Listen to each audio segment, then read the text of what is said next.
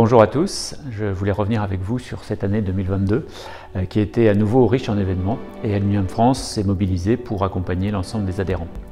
Tout d'abord, la crise des prix de l'énergie qui avait débuté en 2021 s'est intensifiée très largement et Aluminium France a été le relais avec les différents ministères, que ce soit Bercy, le ministère de la Transition écologique ou Matignon, pour améliorer le plan d'aide, pour lancer des réformes sur le marché de l'énergie, favoriser l'accès aux contrats long terme. Un deuxième travail important de la filière, c'est sur la décarbonation, avec d'une part la remise à jour de la feuille de route de la filière, avec le soutien aux projets émergents, et une cible de moins 35% d'ici 2035, en lien avec l'ADEME et les autres administrations. Deuxième élément important sur la décarbonation, le CBAM ou la taxe carbone aux frontières. C'est un dossier qui aujourd'hui n'est pas optimal pour la filière aluminium et il faut que nous continuions à travailler avec les secteurs aval pour mieux les protéger et mieux protéger notre filière. Nous poursuivons aussi les travaux sur l'empreinte carbone et la traçabilité de l'aluminium grâce à la démarche ALU+C- pour les fenêtres et les façades en collaboration avec le CNFA entre autres.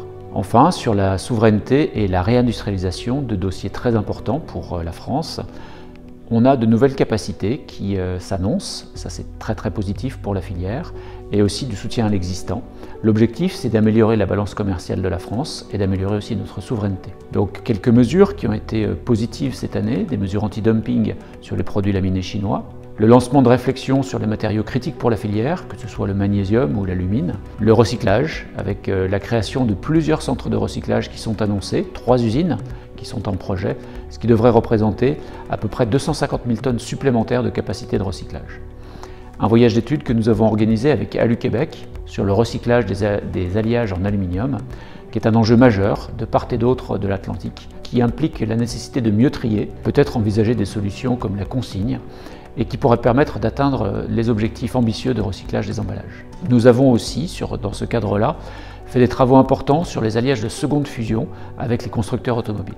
La filière s'est aussi mobilisée tout au long de l'année pour accueillir des membres de gouvernement, avec la visite du CITEC à Vorep, avec les ministres Roland Lescure à Dunkerque, Jean Castex chez Aluminium France Extrusion, et nos événements institutionnels qui ont été de belles réussites. Aluminov, une belle rencontre en début d'année autour de la réindustrialisation, et puis notre succès qui ne se dément pas d'année en année du concours Aluminov.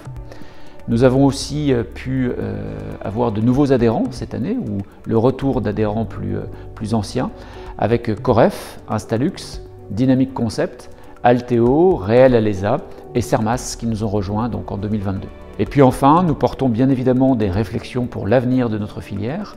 Nous proposons la création d'un groupe primaire en 2023 qui rassemblera l'ensemble de l'écosystème primaire. Donc encore de belles ambitions pour notre association.